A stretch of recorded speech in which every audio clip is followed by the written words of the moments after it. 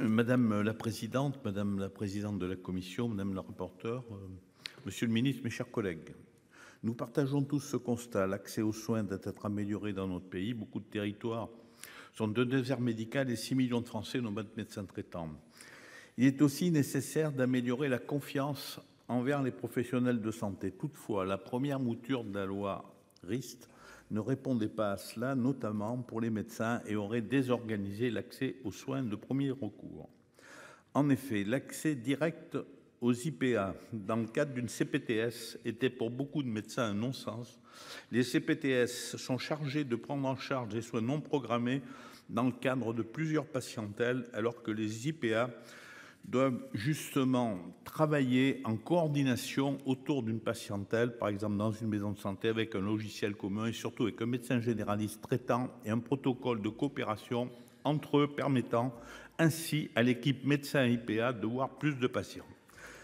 Les IPA en formation que j'ai rencontrés d'ailleurs souhaitent travailler dans une MSP en coordination avec le médecin et non dans le cadre d'une CPTS. Je voudrais donc féliciter madame le rapporteur qui a, pendant la CMP, pu faire modifier le texte qui permettra un fonctionnement pragmatique et utile dans le cadre coordonné d'un centre de santé, d'une maison de santé.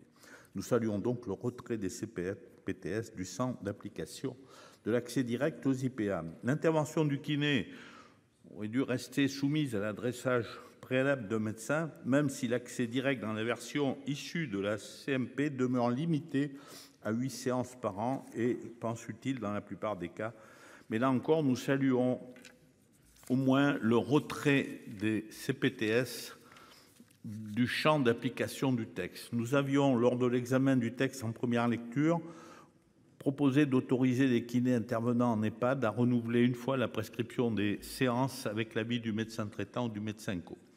Pour ce qui est de l'extension du champ des prescriptions des infirmiers à la prise en charge des plaies et à la prescription d'examens complémentaires, nous pensons toujours que celle-ci aurait dû s'accompagner d'un avis préalable du médecin traitant. En effet, une plaie chronique peut être le signe d'une pathologie qui doit être prise en charge par un médecin comme trouble artéritique ou d'une mauvaise contention effectuée sur une insuffisance veineuse. Il en est de même de l'accès aux pédicures podologues des patients diabétiques dont un besoin très fréquent de séances au-delà d'une fois par semaine peut traduire la nécessité de consulter un médecin. Nous saluons le maintien dans le texte de la CMP des nouvelles compétences octroyées aux assistants dentaires dits niveau 2 ainsi qu'aux opticiens. L'accès direct aux orthophonistes a été maintenu et nous étions favorables compte tenu du type de prise en charge très ciblée de ces professionnels sont amenés à faire et parce qu'ils représentent une profession formée au diagnostic. Je soutiens largement la possibilité étendue de renouvellement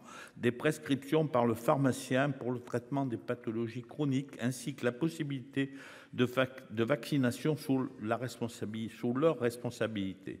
Le maintien de l'expérimentation pour les pharmaciens biologistes à pratiquer les prélèvements dans le cadre du dépistage du cancer du col de l'utérus, amendement de monsieur le ministre, est une avancée. Selon moi, nous aurions pu aller plus loin dans l'extension des compétences du pharmacien. J'avais d'ailleurs proposé qu'il puisse participer aux prescriptions dans le cadre du sevrage tabagique, des examens cytobactériologiques des urines et du traitement de la cystite en informant le médecin.